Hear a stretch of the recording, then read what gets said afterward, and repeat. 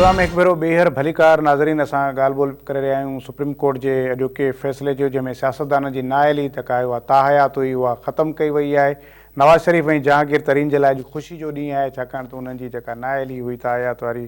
Article 62(1) तहत उहा ख़तमु थी चुकी आहे। उन सां गॾोगॾु अॼु सुप्रीम कोर्ट जे अंदरि ज़ुल्फ़िकार भुट्टो रेफरेंस जी ॿुधणी बि थी आहे ऐं उन में जेको आहे सो वरी तमामु हिकिड़ी टिघी हेयरिंग रही ऐं उनखां पोइ बिलावल भुट्टो ज़रदारी ॿाहिरि मीडिया सां ॻाल्हाईंदे चयो त समूरा कारकुन जेके आहिनि उहे तयारियूं कनि ऐं इलेक्शन जेका आहे उहा 8 फेबरवरी ते ई थींदी ऐं उन्हनि जो चवणो हुयो त ज़ुल्फ़िकार भुट्टो रेफरेंस में उमेदु आहे त पीपल्स पार्टी खे इंसाफ़ मिलंदो। उन सां गॾोगॾु कराची में MQM ऐं नून लीग विच में सीट एडजस्टमेंट थी चुकी आहे ऐं इन जो बाज़ाब्ता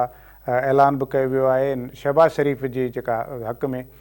जेको नून लीग जो उम्मीदवार आहे उहो विड्रा कंदो। इन ई मुल्की मौजूदा सियासी सूरत हाल ते गुफ़्तगू कंदासीं। सीनियर सहाफ़ी तर्जुनिगार इफ्तिखार शिराज़ी साहब असां सां गॾु टेलीफोन लाइन ते मौजूद आहिनि। शिराज़ी साहब अस्सलाम वालेकुम। जी वालेकुम अस्सलाम। शिराज़ी साहब पहले तो हम बात करें आज जो नवाज़ शरीफ और जहांगीर तरीन के लिए बड़ा खुशी का दिन है कि उनकी ताहयात नाअहली ख़त्म हो गई है और सुप्रीम कोर्ट ने फैसला सुना दिया कि 62(1)(f) के तहत जो भी ताहयात जो नाअहली थी वो अब नहीं रहेगी और वो उसको ख़त्म कर दिया गया है। तो सुप्रीम कोर्ट के इस फैसले को आप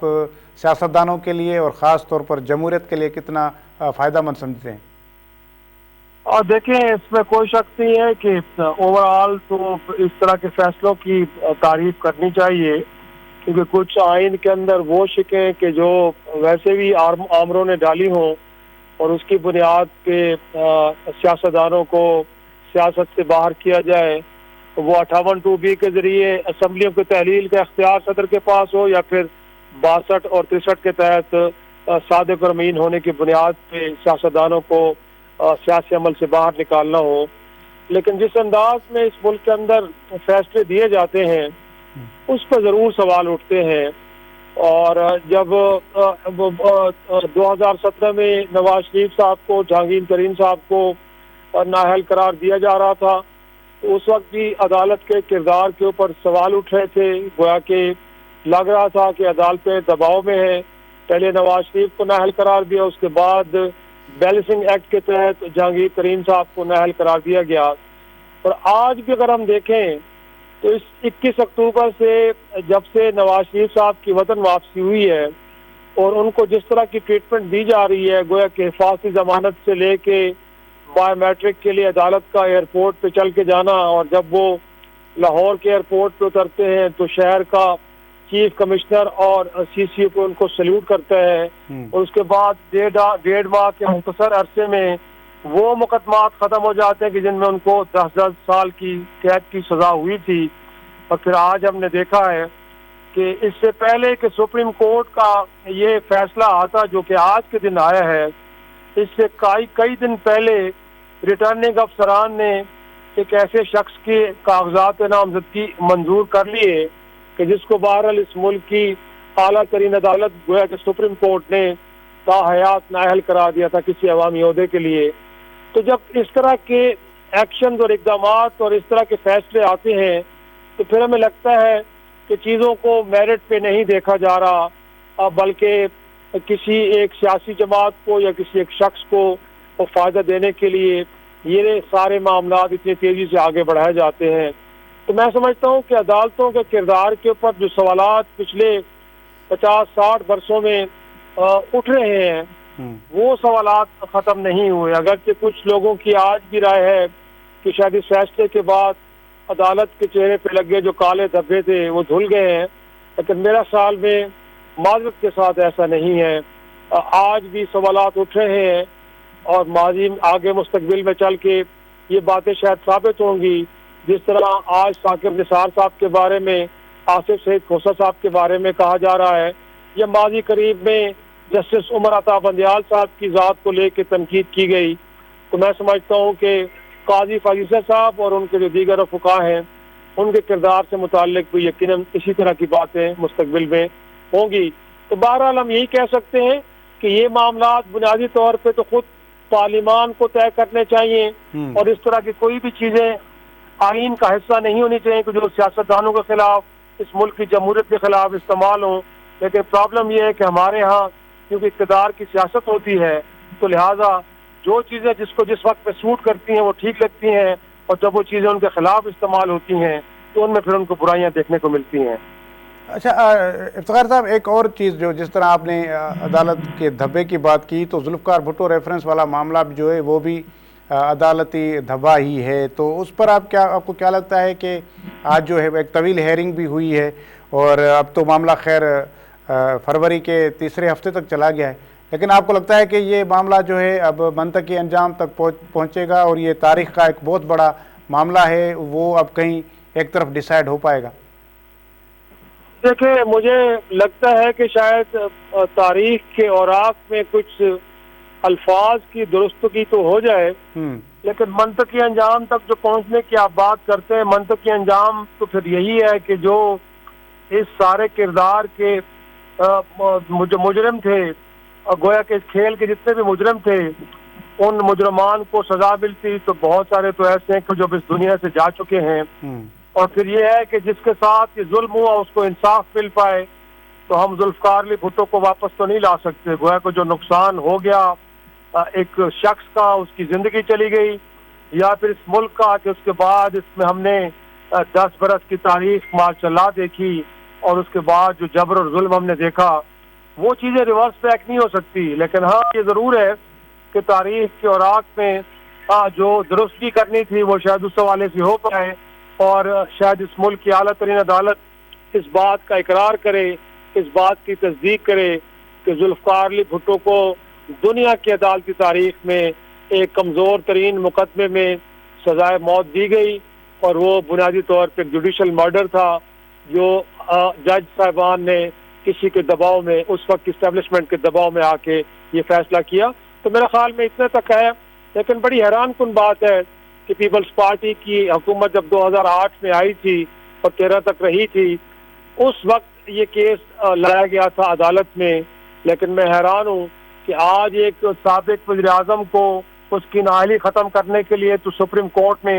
अखबारात में इश्तिहारात शाया करके ये केस लगाया और 4 दिन की समाअत के बाद उसका फैसला भी कर दिया। लेकिन जुल्फ़िकार अली भुट्टो को फिर इंसाफ हासिल करने के लिए गोया के एक रेफरेंस दायर करने के बाद भी 8 साल मजीद इंतजार करना पड़ो। 8 साल के तवील वक्फे के बाद आज दोबारा ये केस लगा है। अब देखना ये है कि इसकी समाअत कब तक जारी रहती है, और मोर इम्पोर्टेंटली इस घनौने किरदार के जो इस घनौने खेल के जो बुनियादी किरदार थे, क्या अदालतें उनको भी आश्कार करती हैं, और इस मुल्क के 25 करोड़ अवाम को ये बताया जाता है कि जुल्फ़िकार अली भुट्टो को तख्ते अदार पे लटकाने वाले असल किरदार कौन थे। तो मेरे ख्याल में अगर उनको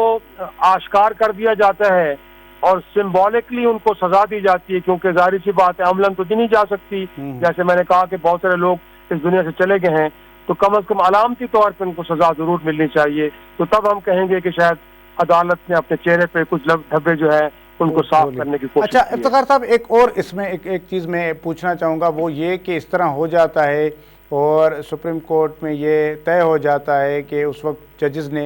प्रेशर में आकर एक गलत सज़ा दे दी थी और एक मुल्क के मुंतखब वज़ीर आज़म को उन्होंने फांसी पे लटका दिया था, तो ये भी एक चीज़ का तयन कर लेगा कि आइंदा जो जजेस होंगे वो शायद इस बात पर बहुत ज़्यादा मोहतात रहें कि ना उनको प्रेशर में आना चाहिए, ना किसी लालच में आए। तो मेरे ख्याल में फिर ये उन पर भी बहुत ज़्यादा उस पर इसका इतलाक होगा इस फैसले का। अभी भी जिस हद तक आमरेत क्रिटिसाइज हो रही है इसमें, या उस वक्त जो जितनी प्रोसिक्यूशन क्रिटिसाइज उसका हो रहा है, तो उतनी जुडिशरी भी इस रेफरेंस के दौरान क्रिटिसिज्म का शिकार तो है। बिल्कुल है, मेरा ख्याल में इस मुल्क के अंदर अदलिया एक अहम सतून के तौर पर उसका बड़ा बुनियादी किरदार है, क्योंकि जब भी कोई ताले आजमा आता है इस मुल्क के अंदर आइन शिकनी करता है, मुल्क की मुंतखब पार्लिमान को घर भिजवा देता है और उसके बाद एक गैर आइनी इक़्तिदार कायम करता है, तो माजी में हमने देखा है कि यही अदालतें हैं जो उनको फिर एक तरह से कानूनी और आइनी जवाब फराहम करती हैं और मोहर तस्दीक सब करती हैं। तो मेरा ख्याल में इस केस के बाद असूलन तो होना ये चाहिए, लेकिन क्या है कि अखलाकी तौर पर दबाव तो ज़रूर आएगा, लेकिन फिर देखना ये होता है कि जज साहिबान जब कोई एक ऐसे मराहल आते हैं, एक ऐसे मौके आते हैं कि जहाँ पे उनको आइन और कानून और जमहूर और अवाम के साथ खड़ा होना चाहिए, क्या उस वक्त वो ऐसे फैसले करेंगे? तो मेरा ख्याल में ये तो आज जब हम सियासतदानों पर तनकीद करते हैं कि उनको आवाम के साथ, जमहूर के साथ, इस मुल्क की पार्लिमान और कानून और आइन के साथ खड़ा होना चाहिए। अगर किसी के साथ ज्यादती हो रही है तो उसके खिलाफ आवाज़ उठानी चाहिए। तो अदलिया से भी हमारा यही तकाजा है, यही मुतालबा है कि जब अहम मौके आए कि जहाँ पे लगे कि कुछ गैर आइनी और गैर कानूनी ताकतें कुछ इस तरह के काम कर रही हैं कि जिनके सामने खड़ा होना बड़ा ज़रूरी है, तो मेरा ख्याल में उनको भी अपना किरदार अदा करना चाहिए। तो हम उम्मीद तो करते हैं। आपको याद होगा कि जब इफ्तिखार चौधरी साहब चीफ जस्टिस ऑफ पाकिस्तान के दौर में जजेस बहाली और अदलिया बहाली तहरीक चली थी, और उसके बाद भी ये बयानिया सामने आया था कि इस मुल्क के अंदर एक नई अदलिया ने जन्म लिया है, लेकिन उसके बाद बहुत सारे फैसले ऐसे आए हैं कि जिनको मुतनाज़ा फैसले तस्वर किया जाता है और जिनसे एक तासुब की बू आती है। तो मेरा ख्याल में होना तो ये चाहिए असूलन कि तारीख से कुछ हमारी अदलिया भी सबक सीखे, और अगर इस मुल्क को आगे लेके चलना है जिसमें रूल ऑफ लॉ को हमने कायम करना है, जहाँ पे अवाम के पुरानी को हमने कायम करना है, तो फिर उनको भी चाहिए कि वो कानून और इंसाफ के साथ खड़े हों बजाय किसी ताकतवर के साथ खड़े होने की। अच्छा, बस इफ्तिखार साहब आखिर में मुझे बताइएगा कि आज एक बार फिर बिलाल भुट्टो जरदारी साहब ने कहा है कि चाहे अक़वाम मुत्तहिदा की करारदाद आ जाए, ये तो सेनेट की है, लेकिन फिर भी इंतखाबात 8 फरवरी को ही होंगे। क्या अभी भी शकूक व शुबात हैं, या फिर अगर इस तरह की कोई बदगुमानियाँ हैं मौजूद तो वो कौन पैदा कर रहा है, और ख़ासतौर पर उस बदगुमानी में ज़्यादा ताकत डालती सेनेट के इस रेजोल्यूशन ने, तो कौन है नहीं चाहता कि इंतखाबात हों, या इस तरह का कोई मामला है? आपको क्या लगता है इसके पीछे क्या मामला है? वो गैर जमहूरी ताकतें हैं कि जो इस मुल्क के अंदर जमहूरियत की जड़ों को मजबूत नहीं होने देना चाहती हैं। यकीनी तौर पे वही चाहती हैं कि इस मुल्क के अंदर इंतखाबी अमल आगे ना बढ़े और इस मुल्क के अंदर अवाम के मुंतखब हुकूमत कायम ना हो। लेकिन बिलावल भुट्टो जरदारी साहब से पूछें कि ये जो उबहाम है, ये जो वसवसे हैं, ये जो कन्फ्यूजन है, ये कोई और पैदा नहीं कर रहा, बल्कि वो PDM की हुकूमत जिसका वो भी हिस्सा रहे हैं, उनके सदर मौलाना फजल रहमान साहब मुसलसल इस बात पे जोर दे रहे हैं। उनको शायद लग रहा है कि रियासत इस तरह बचेगी, अगरचे वो अपनी ज़ात को बचाने के लिए, अपने आप को महफूज करने के लिए। मैं उनसे पूछता हूँ कि जब 2013 में ANP इंतखाबी मुहिम नहीं चला पा रही थी, पीपल्स पार्टी इंतखाबी मुहिम नहीं चला पा रही थी, जब 2007 में मोहतरमा बेनज़ीर भुट्टो साहबा आई और जिन खदशों का इजहार उन्होंने किया, उन खदशात का वो शिकार भी हुई, शहीद हुई, लेकिन उसके बावजूद भी इस मुल्क के अंदर इंतखाबी अमल को नहीं रोका गया। तो बिलावल साहब से कहें कि बेहतर ये होगा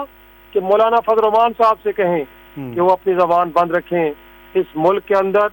जमहूरियत और जमहूर ने बड़ी आजमाइशें, बड़े कठिन दिन देख चुके हैं। अब ऐसा ना करें कि जमहूरी लोगों की जानिब से इंतखाबी अमल को सबोटाज करने की या उसमें रखना डालने की गुफ्तगू हुई। अगर कोई गैर जमहूरी शख्स करे ये बात तो काबिल फहम है, लेकिन पार्लिमान का हिस्सा रहने वाले, इस पार्लिमान से फवायद उठाने वाले, ताकत उठाने वाले लोग अगर इस तरह की बातें करें तो फिर हमें लगता है कि शायद कुछ अनासिर ऐसे हैं जो अगरचे कहने को जमहूरी हैं, लेकिन वो गैर जमहूरी ताकतों के अहलकार के तौर पे इस तरह की गुफ्तगू कर रहे हैं। तो मेरा ख्याल में सियासतदानों को चाहिए कि ऐसे लोगों से अपने आप को दूर भी रखें और उनको खुल के कंडेम भी करें, तो फिर होगा कि हम कहेंगे कि जमहूर के साथ खड़े हैं, अवाम के साथ खड़े हैं। लेकिन जो बुनियादी सवाल आपका है कि फसवे खदशात, यकीनी तौर पे इस मुल्क के अंदर सुप्रीम कोर्ट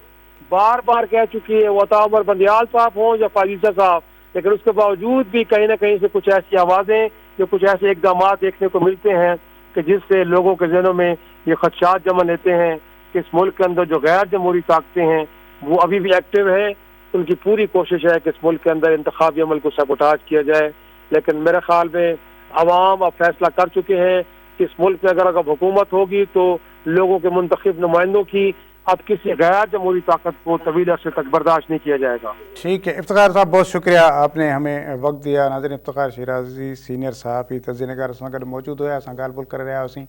त जेका हिकिड़ी बदगुमानी अञा बि हिकिड़ी मौजूदु आहे त छा इलेक्शन्स थियण वञनि पिया या न थियण पिया वञनि, जॾहिं त सुप्रीम कोर्ट बार बार चई चुकी आहे,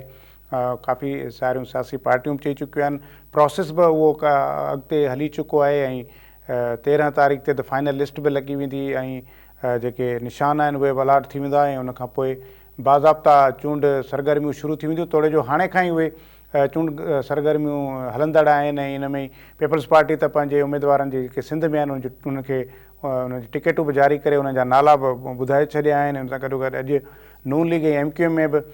कुझु सीटनि ते सीट एडजस्टमेंट थी आहे। त मक़सदु आहे हिकिड़े पासे इहो प्रोसेस बि पंहिंजी उन रिदम सां हली रहियो आहे, पर ॿिए पासे साॻिए वक़्तु हर थोरे वक़्फ़े खां पोइ इहा बदगुमानी ज़रूरु पैदा कई पई वञे या हिकिड़ो शोशो छॾियो थो वञे। जीअं सेनेट जी करारदाद आई या वरी जीअं मौलाना फज़लुर रहमान साहब त बार बार इहो मुतालबो करे रहियो आहे त मौजूदा सूरत हाल में इलेक्शन नथी थी सघे, तंहिंजे करे उहे पोस्टपोन थियनि। मुंहिंजे ख़्याल में अॻे ई तमामु घणो इहो लेट थी चुकी आहे ऐं मुंहिंजे ख़्याल में हाणे इन 8 फरवरी ते इलेक्शन थियणु खपे, जमहूरी तरीक़े सां सिस्टम हलणु खपे। ऐं फरवरी में इलेक्शन थींदी त मथां वरी सेनेट ऐं सदारती इलेक्शन्स बि अचणी आहे, त हिकिड़ो जमहूरियत जो प्रोसेस आहे उनखे ज़रूरु जल्द खां जल्द मुकमल थियणु घुरिजे ऐं इन में कंहिं बि क़िस्म जी जेका रुकावट थी त पोइ मुंहिंजे ख़्याल में उहो मुल्क जे लाइ तमामु घणो ख़तरनाक साबित थी सघे थो, छाकाणि त मुल्क हिन वक़्तु बि तमामु घणे नाज़ुक उन दौर मां गुज़रे पियो। मुआशी सूरत हाल ॾाढी ख़राबु आहे ऐं दुनिया जे अंदरि बि असांजा जेके मामला आहिनि उहे के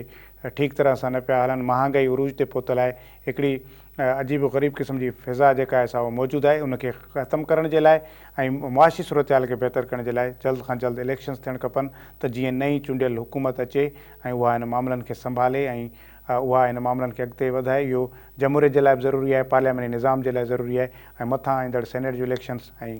सदारती इलेक्शन अचणा आहिनि त मुंहिंजे ख़्याल में सॼे प्रोसेस जे लाइ 8 फरवरी वारी जेके इलेक्शन्स आहिनि उहे अणटर बि थी वियूं आहिनि ऐं लाज़िम बि थी विया आहिनि। अॼोके प्रोग्राम में एतिरो ई ॾींदा इजाज़त। अला भाई।